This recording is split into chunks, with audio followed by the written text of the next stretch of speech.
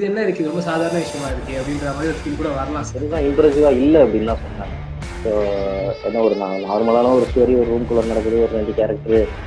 மெயினாக work out ஆனது எப்படின்னு சொன்னால் ஷூட்டிங் ஸ்பாட்டில் நம்ம ராம்தாசன், அதாவது உங்களுக்கு நான் முனிஷ்காந்த் சொன்னாரே தெரியுமா, என்னோட டெக்னீஷியன்ஸ் யாருமே இந்த படத்துக்காக சேலரி வாங்கிக்கவே இல்லை. ஸோ அதை நான் கண்டிப்பாக அதை சொல்லி ஆகணும். ஏன்னா போயிட்டு ஆல்ரெடி நான் ராட்சசன் படத்தில் ஆர்ட் டைரக்ஷன் ஒர்க் பண்ணியிருந்தேன். அதாவது கண்ணன் கண்ணுக்கள் எடுத்ததுக்கு முன்னாடி நான் கடைசியாக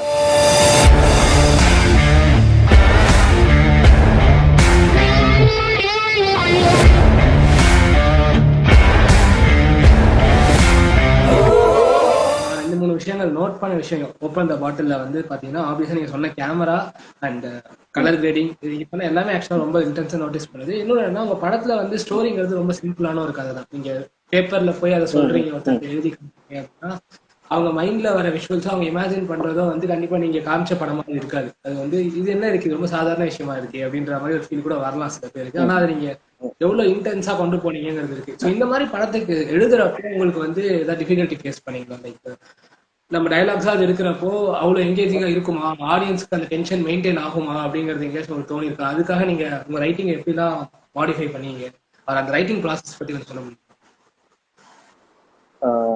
என்ன சொல்லணும்னா, இந்த ஸ்டோரி நான் முடிச்சுட்டு நிறைய பேர்ட்ட சொல்லும்போது நிறைய பேர் பெருசாக இம்ப்ரெசிவாக இல்லை அப்படின்னு தான் சொன்னாங்க.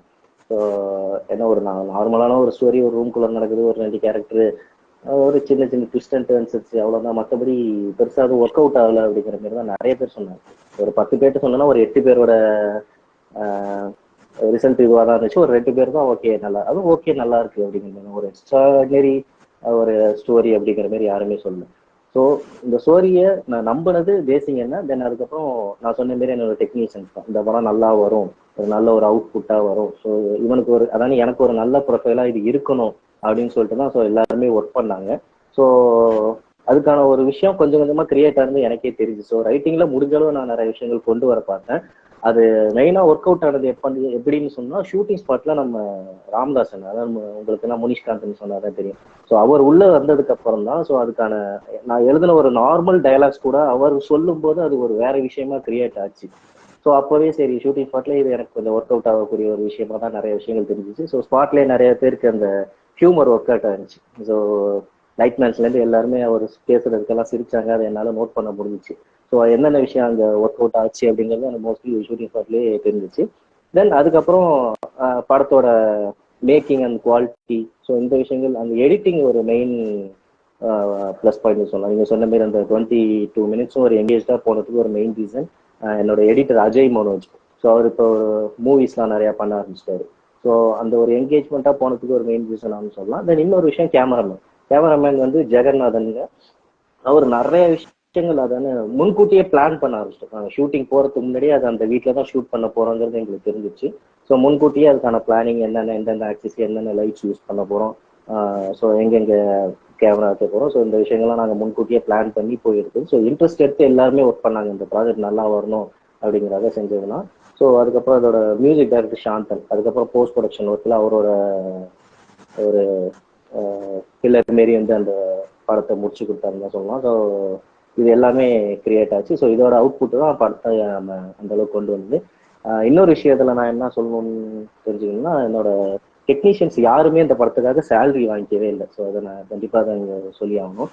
யார் யார் தான் அந்த படத்தோட கேமராமேன் நான் சொன்ன எஸ்.எல். ஜெகநாதன், அதுக்கப்புறம் எடிட்டர் அஜய் மனோஜ், அதுக்கப்புறம் இந்த படத்தோட டப்பிங் இன்ஜினியர் ரகு அப்படின்னு சொல்லிட்டு அவரோட ஸ்டூடியோ ரெண்ட் எதுவுமே இது பண்ணிக்கல, அப்புறம் மியூசிக் டைரக்டர், இவங்க எவருமே சேலரி வாங்காம பண்ணி கொடுத்த ஒரு குவாலிட்டியான அவுட்டு தான் நீங்க பார்த்து என்கிட்ட பேசிட்டு இருக்கிறது.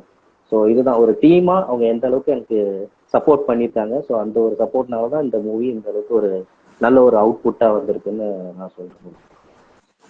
நிச்சயமா. ஸோ எல்லாருக்குமே அந்த மாதிரி ஒரு ஸ்ட்ராங்கான டீம் வேணுங்கிறது டவுட்டே கிடையாது. கண்டிப்பா கண்டிப்பா, அது அது கிடைச்சா மட்டும்தான் ஸோ இந்த மாதிரி ஒரு அவுட் கொடுக்க முடியும். ஒரு ஷார்ட் ஃபிலிம்க்கு, மூவிஸ்க்கு பிரச்சனை இல்லை. இப்போ மூவி பண்ணும்போது அதுக்குன்னு ஒரு பட்ஜெட் இருக்கும், நம்ம ஒரு பெரிய கேமராமேன், ஒரு பெரிய மியூசிக் டைரக்டர் நம்ம ஹையர் பண்ணி கொண்டு வந்து நம்மளால ஈஸியா பண்ணிட முடியும்னு சொல்ல, அதுக்கான ஸ்பேஸ் நமக்கு இருக்குன்னு சொல்லலாம். பட் ஷார்ட் ஃபிலிம்க்கு அப்படி கிடையாது. ஸோ அது கரெக்டான ஒரு டீம் பிடிக்கணும். அவங்களோட இது இன்புட் எந்த அளவுக்கு எக்ஸ்ட்ரீம் அவங்களோட இன்புட் 100% போட முடியுமோ அதை போட்டு நமக்காக கொடுக்கும்போது மட்டும்தான் அதுக்கான அவுட் நமக்கு கிடைக்கும். நிச்சயமா. ஸோ இதுல வந்து முனிஷ்காந்த் அண்ணனை பத்தி நீங்க மென்ஷன் பண்ணீங்க. அவர் வந்ததுக்கு அப்புறம் அதுல விஷயங்கள் எப்படி மாறிச்சு, அந்த சீன்லயே எப்படி எங்களுக்கு அது ஒர்க் அவுட் ஆகுது தெரிய ஆரம்பிக்குது அப்படின்றத சொன்னீங்க. ஸோ அதை பத்தி கொஞ்சம் டீட்டெயிலாக ஷேர் பண்ண முடியுமா? அண்ணா எப்படி வந்து ப்ராஜெக்ட்குள்ள வந்தாரு, பிளஸ் அவர் வந்ததுக்கு அப்புறம் அவருக்காக நீங்க கதையில ஏதாவது மாத்துனீங்களா, இல்ல அவர் இருந்தது மட்டும் தான் பெர்ஃபார்ம் பண்ணதே வந்து அந்த அளவுக்கு எக்ஸெப்ஷனலா இருந்துச்சு? இல்லைன்னா அவர் பர்ஃபார்மன்ஸை பார்த்துட்டு ஓகே நம்ம இது கூட பண்ணலாமே, இல்லை இது ஆட் பண்ணலாமே, இது மாதிரி செக்மெண்ட் கூட நம்ம வைக்கலாம் நடுவில் அப்படின்ற மாதிரி அது இருந்துச்சு அதுல? ஸ்டோரி ரைட் அப் பண்ணும்போதே முடிவு பண்ணது என்னன்னா, அதுல முனிஷ்காந்த் அண்ணன் பண்ணா மட்டும்தான் அது ஒர்க் அவுட் ஆகும் அப்படிங்கிற ஒரு விஷயம் எனக்கு அப்பவே மைண்ட்ல இருந்துச்சு. தென் அவருக்காக தான் சாரி ஸோ தென் அவருக்காக தான் இதுல நிறைய விஷயங்கள் ஆட் ஆன் பண்ணியிருந்தது. ஆல்ரெடி ஸ்கிரிப்ட்ல இருக்கும். அவங்களே பார்த்தீங்கன்னா அந்த கிளைமேக்ஸ்ல வர அந்த முண்டாஸ்பட்டி போஸ்டர் முத கொண்டு அது அவருக்காக கிரியேட் பண்ண ஒரு விஷயம் தான்.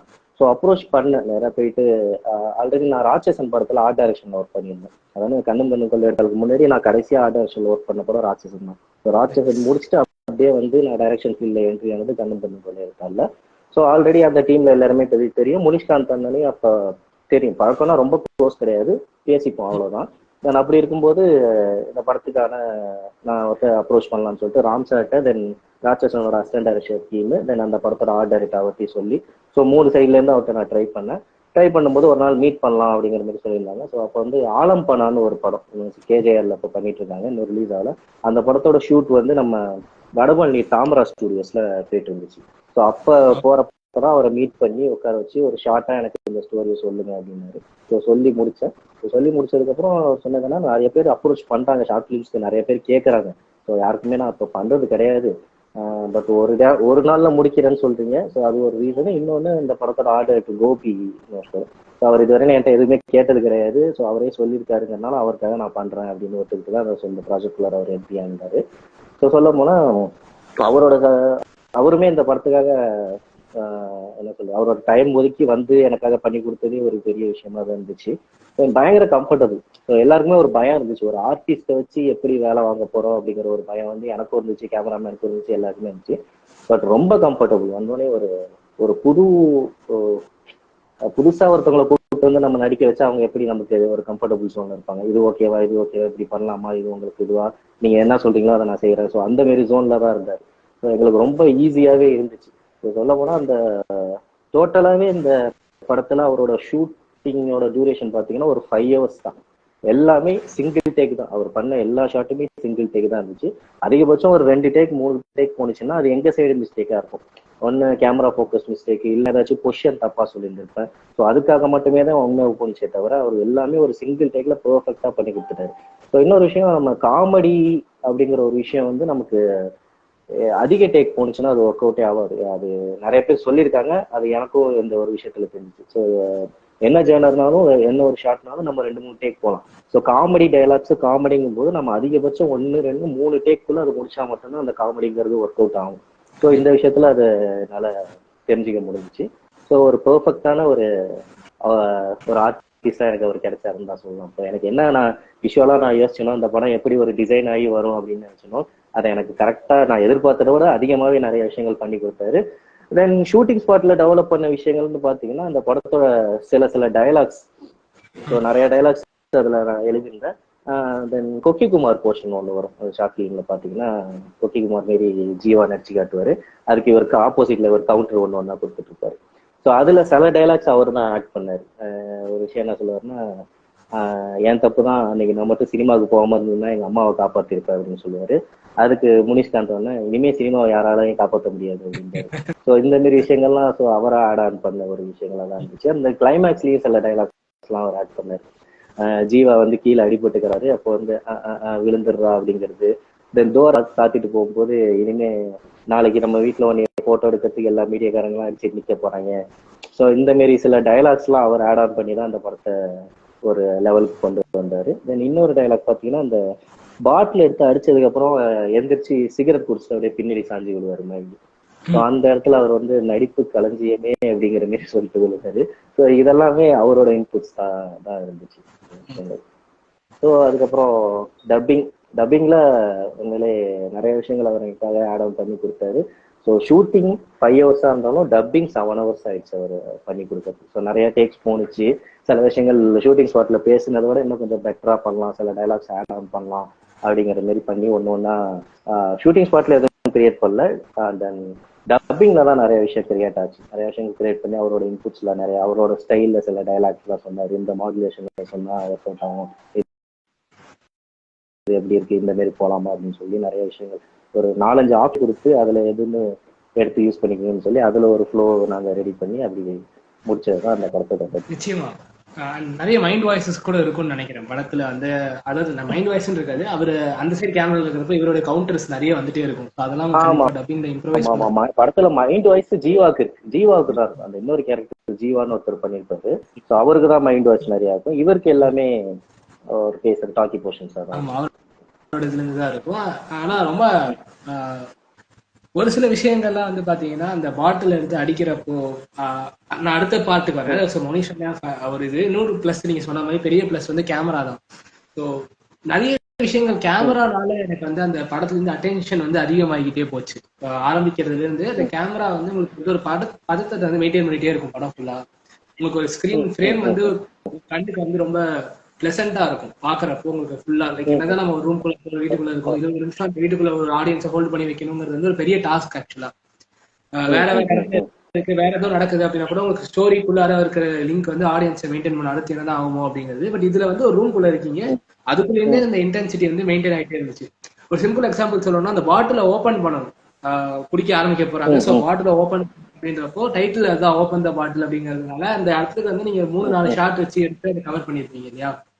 ஸோ அதுவே வந்து இன்ட்ரெஸ்டிங்கா இருக்கும். பிளஸ் நிறைய இடத்துல வந்து பார்ட்டிஷன் பண்ணி சுத்தி என்ன நடக்குதுங்கிறதெல்லாம் அட் டைம்ல காட்டுறதா இருக்கட்டும். இந்த மாதிரி வந்து கேமரானாலையும் அந்த எடிட்டிங்னாலையுமே வந்து நீங்க ரொம்ப இது பண்ணிருந்தீங்க. ஸோ அதெல்லாம் எங்க உருவாச்சு? ஸோ ஒரு ஐடியா வந்து மேபி டெக்னீஷியன் கொடுத்துருக்கலாம் இப்படி பண்ணலாம் அப்படின்ட்டு, இல்லைன்னா உங்களுக்கே தோணுங்க எனக்கு இந்த மாதிரி தான் வேணுங்கிறத எப்படி எக்ஸ்பிளைன் பண்ணி இல்லை ரைட்டிங்லேயே அதெல்லாம் இருந்துச்சா? நான் சொன்னது ஆல்ரெடி சொன்னதுதான். இப்போ பேசிக் என்கிட்ட கற்றுக்கிட்ட என்ன விஷயம்னா ஒரு பேப்பர் ஒர்க்குங்கிறது. ஸோ இதுலேயே அப்படிதான் முன்கூட்டியே எல்லா விஷயமே ரெடி பண்ணிட்டோம். என்னன்னாக்கா ஸ்டோரி போர்டு போட்டாச்சு. ஸோ டோட்டல் மூவிக்குமே ஸ்டோரி போர்டு போட்டு தான் நாங்கள் அதை ஷூட் பண்ண ஆரம்பிச்சோம். ஸோ என்னென்ன ஃப்ரேமிங் எப்படி எப்படி வரப்போகுது, ஸோ எது எந்தெந்த ஆக்சஸ் எல்லாமே பிளான் பண்ணியாச்சு. ஸோ இந்த படத்தில் பார்த்தீங்கன்னா கேமராவோட இன்புட்ஸும் நிறையாவே இருந்துச்சு. இப்போ நீங்கள் பார்த்தீங்கன்னா ஃபர்ஸ்ட் ஆஃப் பார்த்தீங்கன்னாக்கா எல்லாமே track and trolley shots, then tripod ஷாட்ஸாக தான் இருக்கு. அதுக்கப்புறம் அவர் பாட்டில் எடுத்து அடிப்பார் தெரியுங்களா. ஸோ அடிச்சதுக்கப்புறம் எதுவுமே இது ஸ்டாட்டிக் ஷாட்ஸாகவே இருக்காது. ஸோ எதுவுமே ட்ரைபாட்லேயோ கிம்பல்லையோ இல்லை ட்ராக் அண்ட் ட்ராலியோ இருக்காது. எல்லாமே ஹேண்ட் மூவ்மெண்ட் தான். ஸோ நீங்கள் அந்த படத்தை நீங்கள் திரும்ப பார்த்தீங்கன்னா தெரியும். ஸோ பாட்டில் எடுத்து அடிச்சதுக்கு அப்புறமே ஃபுல்லாக ஹேண்டில் பண்ணுறோம். அவன் போறான்னா அவன் பின்னாடியே கேமரா ட்ராவல் ஆகி போவோம், அவன் எட்டி பார்த்தான்னா அவன் கூடவே போவோம். ஸோ நிறைய விஷயங்கள் கையிலேயே மட்டும்தான் ஹேண்டில் பண்ணிட்டு போனது. ஸோ அதனால தான் அந்த ஒரு லைவ் மூமெண்ட்ஸ் நமக்கு கிடைச்சிச்சு. ஸோ அது வரையிலும் பேசுறாங்க, உட்காடுறாங்க, ஒரு மேக்கிங்காக அதை அழகாக காட்டுறோம். அப்படிங்கும்போது நாங்கள் பொறுமையாக ஒரு ஸ்டாட்டிக்காக வச்சு எடுத்துட்டு இருந்தோம். தென் ஒன்ஸ் அந்த பாட்டில் எடுத்து அடிச்சதுக்கப்புறம் அந்த ஸ்க்ரீனோட ஸ்பீடே நமக்கு ஜாஸ்தியாக வேணும் அப்படிங்கிறதுனால எல்லாமே ஒரு மூவ்மெண்ட் ஷாட்டாகவே ஒரு சின்ன சின்ன ஷேக்கிங்ஸ்லாம், ரொம்ப ஷேக்கிங் இருக்காது. ஸோ அந்த ஒரு லைவ் மூமெண்ட்டுக்காக சில ஷேக்கிங்ஸ்லாம் பண்ணி அந்த ஒரு விஷயத்தை கிரியேட் பண்ணோம். ஸோ அதுவும் ஒரு பெரிய ப்ளஸ் பாயிண்டாக இருந்துச்சு. என்னன்னா ஒரு லைவான ஒரு விஷயமா இருக்கு. நம்மளே அந்த இடத்துல நம்ம இருந்தா எப்படி இருக்கும் அப்படிங்கிற ஒரு விஷயம் கிரியேட் ஆச்சு. படத்தோட ஒரு என்கேஜ்மெண்ட், அந்த ஒரு ஸ்பீடும் அந்த ஒரு விஷயத்த கிரியேட் பண்ணிச்சுன்னு தான் சொல்லலாம். இது வந்து கேமராமேனோட ஐடியா தான். ஸோ இதுக்கப்புறம் கேமரா வந்து ஃபுல் அண்ட் ஃபுல்லு நான் கையிலே ஹேண்டில் பண்ணிக்கிறேன். ஸோ அப்போதான் அந்த படோட ஃப்ளோ அந்த ஒரு ஸ்பீடும் நமக்கு கிடைக்கும் அப்படின்னு சொல்லிட்டு தான் அது எல்லாமே கரெக்டாக தான். ஸ்டோரி போர்டில் என்ன ஃப்ரேம்ஸ் பண்ணியிருக்கணும் அது எல்லாமே அவர் கையிலேயே ஹேண்டில் பண்ணி எனக்கு எடுத்து கொடுத்தாரு சொல்லுவேன். நிச்சயமா இந்த மாதிரி சின்ன சின்ன விஷயங்கள் ஐ திங்க் ரொம்ப இம்பார்ட்டன்ட் நினைக்கிறேன். ஏன்னா எது வந்து அந்த லைவ்லினஸை கொடுக்கும், இல்லை எது வந்து நம்ம அட்ராக்ட் பண்ணி நமக்கு தெரிஞ்சிருந்ததுன்னா நம்ம அதை யூஸ் பண்றதுக்கு ரொம்ப வசதியா இருக்கும். ஏன்னா இப்போ நிறைய பேர் வந்து ஒரு ட்ரைபாட் வச்சு நம்ம வந்து டே ஃபுல்லா ஒரு இந்த சைடு ஒரு வைடு, இந்த பக்கம் ஒரு க்ளோஸ், இப்படி ஒரு ஷாட் வச்சு நம்ம எடுத்துட்டு போயிட்டே இருக்கலாம். நமக்கு வந்து 2-3 கேமரா இருந்தா போதும், கரெக்டாக எடுத்துடலாம் எல்லாத்தையுமே. அப்படிங்கிறத தாண்டி ஒரு பிளானிங்கிறது எந்த லெவல்ல இருக்கணும், அண்ட் அதுல இருந்து உங்களுடைய டீமோட இன்னோவேஷன் எவ்வளவு இருக்கணும் அப்படிங்கிறது இம்பார்ட்டன்ட்.